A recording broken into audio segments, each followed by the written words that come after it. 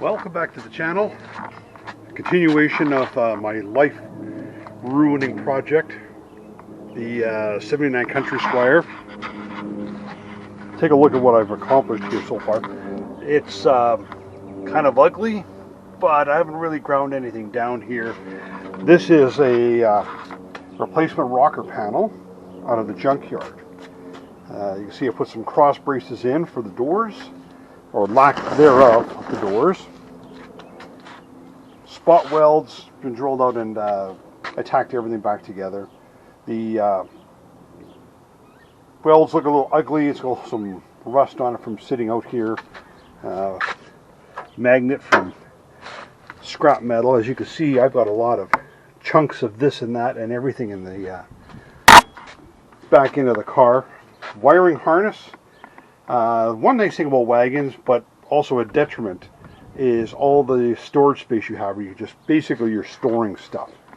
So it kind of is nice and not so nice. I needed this whole floor space to be empty for the welding, and you see the floor pans are in, and I'm tacking in the front corners here. They're not in all the way yet, but you can see I've kind of lined them up, and I'm going to start putting some patch panels in there. I did find a mistake when I was repairing this rocker panel. Everything looks good up to here, and then we're kind of out of alignment. As you can see, we're about 1/4, 3/8 of an inch too short. That's my fault for measuring, because you can see here where I cut and welded, I kind of didn't take into account that there might be some differences between the wagon and the sedan. And the sedan, this one came out of a later 87 or so. But I welded these in. I spent a lot of time making sure that these were squared up before I did any welding.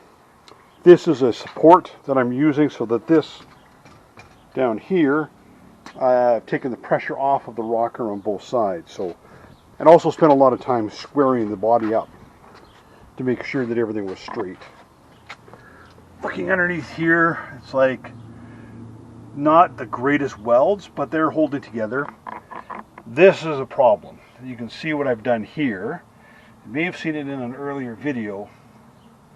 That is because I wanted to use a sedan instead of station wagon fuel tank. It's a different shape, and I only had the sedan fuel tank from the 92. I wanted that because it had a fuel pump, electric fuel pump rather than mechanical fuel pump.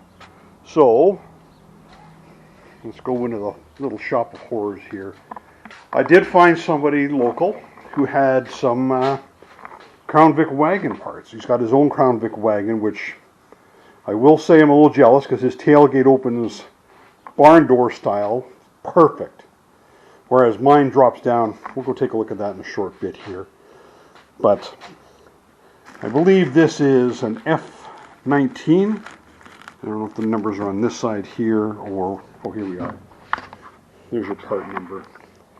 Spectra F19. I believe that the wagon for fuel injection, let's tip this over here, and the wagon for a manual, for a electric fuel pump, is different shape. So this has got that ridge down the middle for a wagon. This is for a electric fuel pump and pickup to go through. He was getting rid of it because of Rock Auto. Rock Auto bought him a new one because of this. They ended up dropping it. The flange should be more flat like this. I think even this should be flat here and here. So this one here now is going to become part of the wagon project. And I found out that he had this available for wagon, because he had a carbureted 351. I have the fuel injection, and I kind of went to his place for this. So what you're looking at here is basically the floor trunk area. If you've got the two jump seats in the back, they hinges on here and a pin here. Mine has the trap doors, or barn doors, or whatever you want to call them. I also had to drill up my locked because I got nothing that would work. It was locked. It's a little bit dinged here and there, and there's some, let's see if you can see down here, there's some rust holes that need to be patched here and there, but this is in actually completely better shape than mine is. Let's see if I can one hand this over.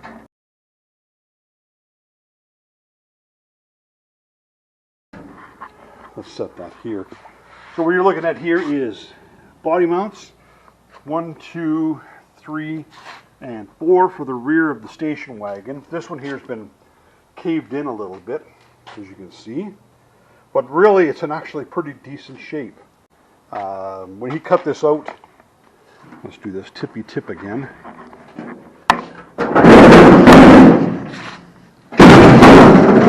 Sorry about the noise.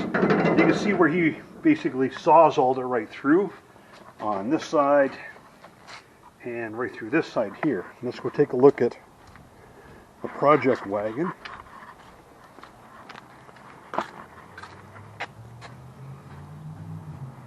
And the glass is down so you can reach in. Drop the tailgate down. The spring is what takes the tension off of it. But you can see where he is cut through is about here on both. And he just sawzalled straight through it. So I'm going to have to keep some and sawzall some of the others. Next step will be to clear this out. I want to get that pan in first. I might have a little bit of a problem with rust, as you can see through. Right here. Let's see if we can see underneath the wagon. That's where the rear body mount should be. And it is gone. And I don't know if you can see it very well from underneath, but I'm caved in right, I mean really caved in. Really rusted out as well. So let's go around to the other side. Take a look.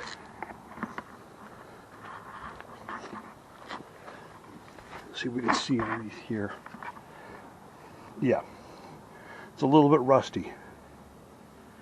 So watching one of Cold War Motors videos from Scott, he was talking about rust buckets and project cars, and really good point made. Start with a better car.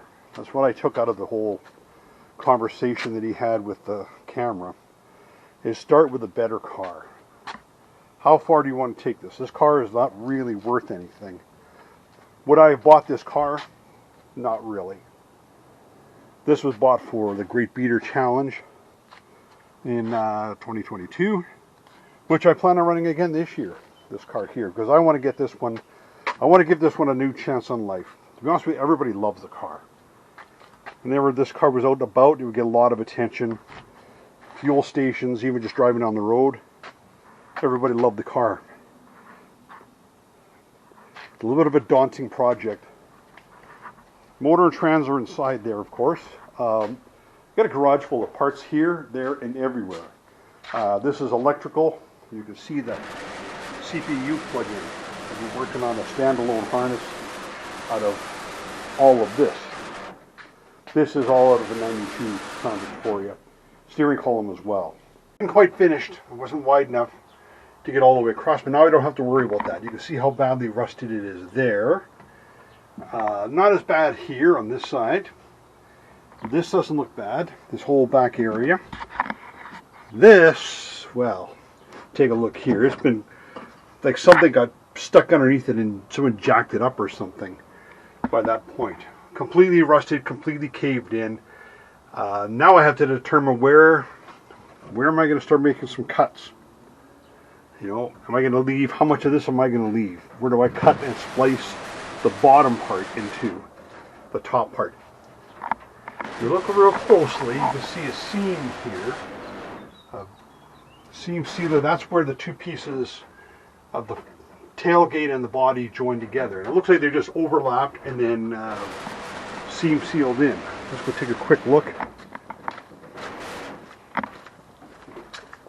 Yes, I did stuff it full, but you can see this is a point here where the two pieces kind of overlap. It's not welded, but it looks like this goes underneath of the body here. So Again, we're going to take a look at where am I going to cut, what am I going to leave, where am I going to splice the two pieces together. Here's my two tailgates. I don't have the luxury of the split seats in the back. My lock is mangled, so that is going. The replacement has a good lock. Unfortunately, I don't have a key, so I'm going to have to try and figure something out there. But again, where do I cut? Where do I splice? If anybody recognizes this as a extremely rusty trailer connection. So this did have a trailer hitch. The rear bumper was being held on by the trailer hitch. So yeah, it's pretty ugly back there. I don't think this side isn't bad, but maybe once we peel back the rubber, you'll see how bad it really is. So again, we're going to take a look and do some measurements and decide where we're going to cut and where we're going to splice.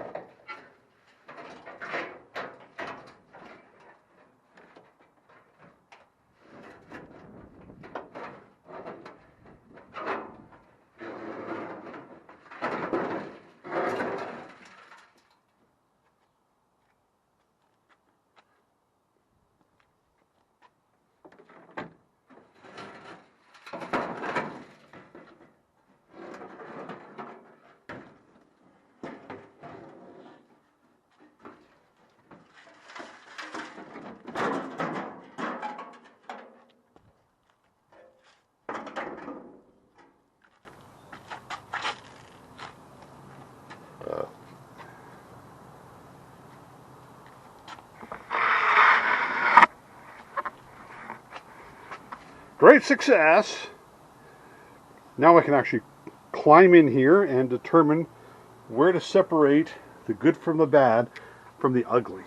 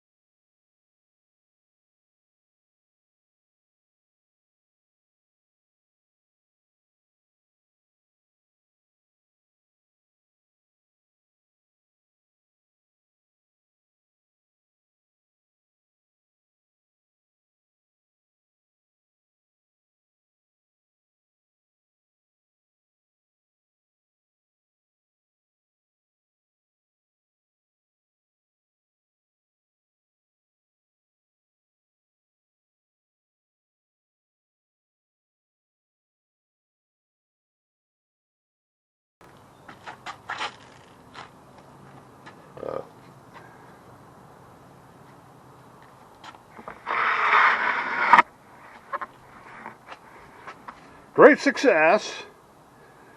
Now I can actually climb in here and determine where to separate the good from the bad from the ugly. So this is the inside of the current car. You can see the ribs replicating the same point. And yeah, you see, I got my work cut out for me. I'm gonna have to reproduce this whole section to right here and right here. So see what we can do here. This looks pretty good. That looks pretty solid. So I think there's a seam here. We can cut it and take it from there. And this part here, it's pretty good strength and shape through here. I try to avoid cutting this if I can. This part here was completely rusted out. You can see that this, which was in here, is like gonzo. It's rusted out and rusted out here. So I've cut all those out and done the spot welds here. This has got to go. This part here, this is all got to go. It's pretty rough. But this here, from here up, there's lots of strength in there. It's in actually really good shape. Even this corner here, it's in good shape. This whole beam through here, except for where it's been cut out by some ham-fisted semi-pro welder. I've already started peeling this up. This is actually in good shape here. So, and what I've done, you can see there's a big cut line through there. So into the belly of the beast. This is where the two pieces are separated. Would have worked with this hammer. The dolly will straighten that out so it can be used. The trickiest part is around the edges. Where do I cut so I can combine the two pieces together? How much good material do I have? Where can I separate it? There's lots of places where like there's holes rusted out cross member frame. And you can see the holes right straight through. This part here, this is where the strength is. This is like the back, holding the back of the car together. And the donor part has been cut straight through here, which I do not want to do. Much rather separate out by drilling spot welds here and along here so that I can slide it in and keep this part here all intact as one piece. So I'm taking it out piece by piece like that elephant that you want to eat, one bite at a time. Here's a pointer for all of you wannabe YouTubers. Don't drive over your tripod while it's in the garage. And the next step is taking out the back cargo area in the wagon existing. I don't think you get a real appreciation for how bad it is. Did not happen on my watch, that's for sure. But being caved in like that, it's like somebody drove over something. Rust holes all the way through. I believe this is right here. Anyway, somewhere under here. That's quite bad. It's rusted right completely through. So between that part there, this part I cut out yesterday, it's tucked in the side of the house now. It's all scrap metal. Like there's nothing left worth saving here. This is all the spot welds for the two transitions from the trunk area to the floor pan and the over the rear axle. Drill out all the spot welds and clean out all the caulking. Thankfully, the replacement piece here has been cut on this side of the trunk enclosure, so I can just drill through the welds, grind it all out, clean it up, and it'll go right over top of the existing car. So now I'm going to see if there's anything I can salvage out of this part here for patches. We'll go from there. When he cut this out, so I've been cutting parts out of the trunk, the rusty, damaged trunk. Nice little area here, which has got some complex curves. So I cut out the best part of it, tossed out the rest. This one here has that wave in it. It's not too bad for rust, some surface rust here, and you'll see over here. Got some, well, not the greatest welds, but it's been cut and tacked in place. At least it'll get me started on things here. That's about the worst part. This has been pounded out as best I could from both the inside and the outside. Ball peen hammer, and we'll just clean it up and give it a little blast of paint. These are concerned because they're rusting through, and they are the fuel tank mounts. So I'll see about that one as well for a repair.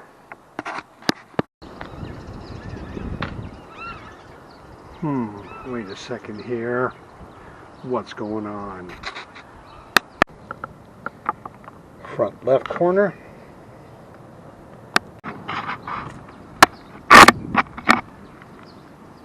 Left rear corner.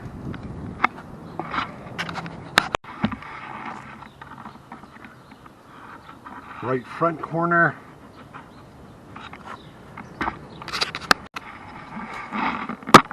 Right rear corner.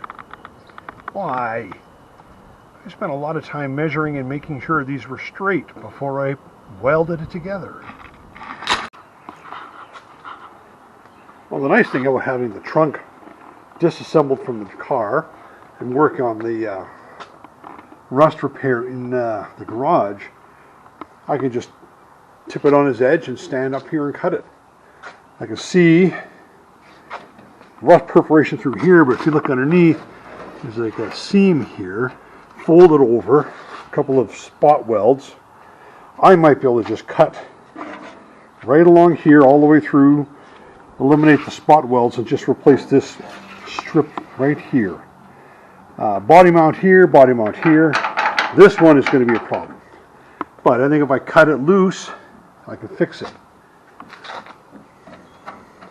That one looks a little rough. I've got to chase the threads for sure. But let's start by cleaning it up and doing some spot weld drilling. So it's kind of scab welded in place here, so Yeah, I kind of scab welded it in here, so don't look too closely at it. These guys, I took a little grinder action to it. It's pretty rough, so I guess I'm going to be taking spot welds out and doing some repair work here as well before I move further.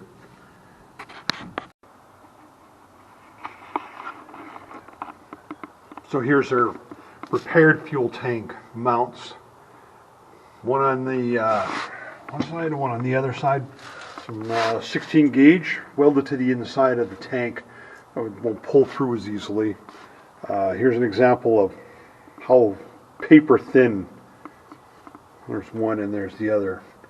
They're so paper thin they're completely falling apart on the inside. So I figured that welding from this side here, there's 14 holes in each side. 8 that go to the inside of the tank, and then the remaining 6 mount the fuel tank mount right here. You can kind of get an idea of what's looking at here. Cut out these pieces here, and then just weld over top of it. So I'm happy with that. A little bit of seam sealer and a little bit of paint makes me the welder that I ain't.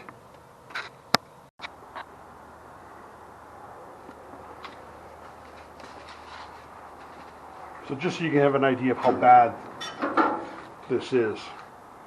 There's a bunch of spot welds. The part that was in the top here mostly rotted away. That was in here. So don't need that anymore. Nissan Versa donated its hood, so it could live on and replace that part. After drilling out all the old spot welds, and by drilling a bunch of new spot welds, let's get this lined up here. It's going to go in here. We're going to line up some of the spot welds, do some clamping, and we're going to have a welding party today. So this is the other side of that patch job. Mid cleanup.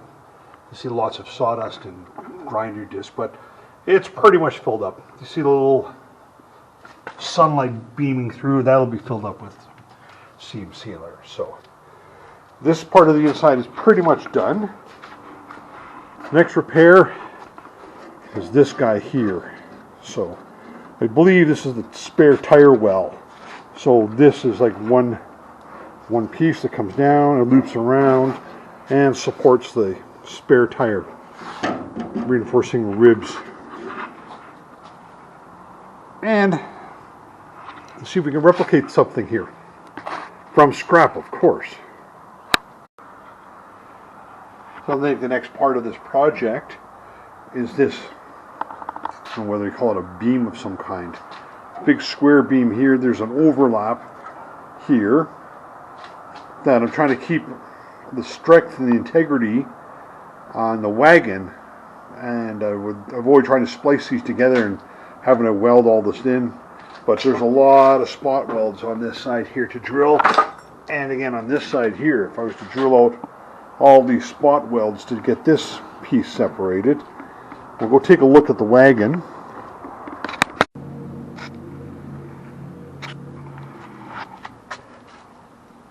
So the latest progress. Kind of see here with the shadows, but kind of cleaning this up here, straighten this out a little bit more to clean up, because that's the overlap.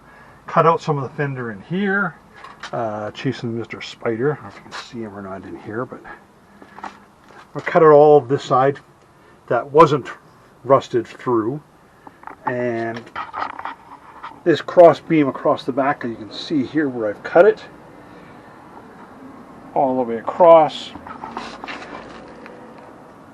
So the whole idea here is coming around. You're going to replace the bottom that was rusted out and leave the top, which is in really good shape, and just keeping this whole thing from going boop and falling on the ground, because that might just break my heart and kill the project.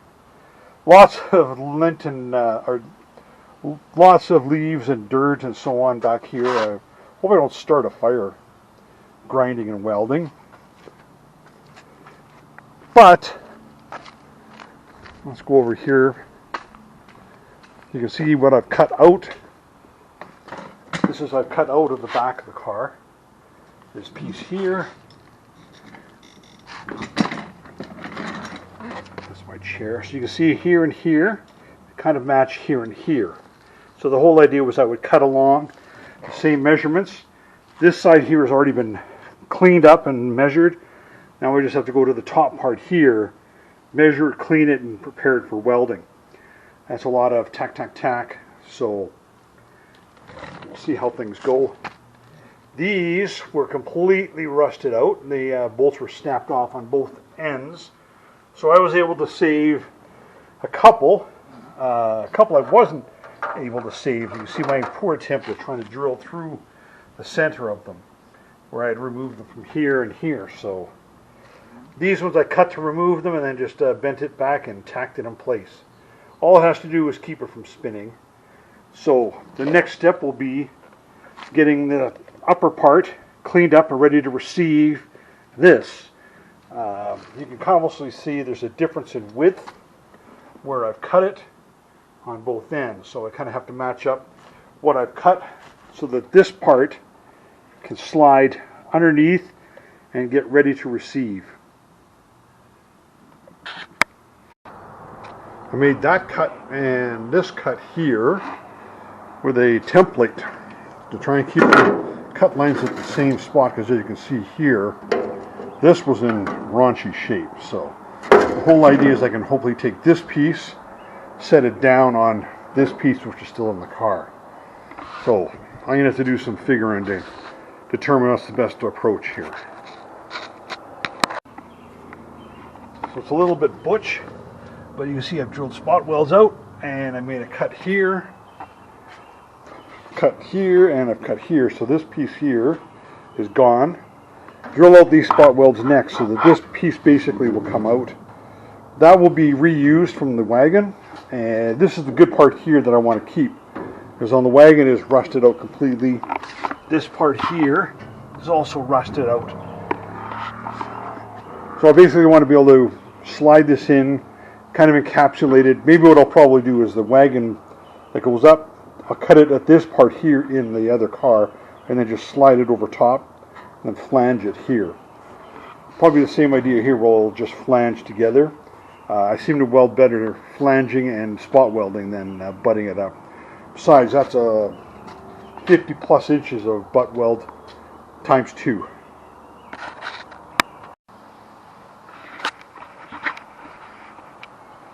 So it's another day, and I've looked at, this is probably as good as I'm needed to be for right now, because now it's in the back of the wagon, which was a little bit of a tricky finagle. Couldn't go under here, and I couldn't go through here, and couldn't go under here. There was not enough room, so it went in sideways, and while it was inside, I spun it around and get it in a location. So now I'm using a couple of ratchet straps to pull it up in place, all the while finagling it in a location here. And I will look at trimming and matching this up here. This is fairly easy to straighten out and figure out how it goes together.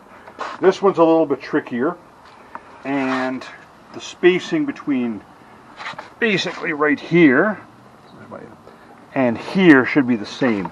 Not only there, but here down to here.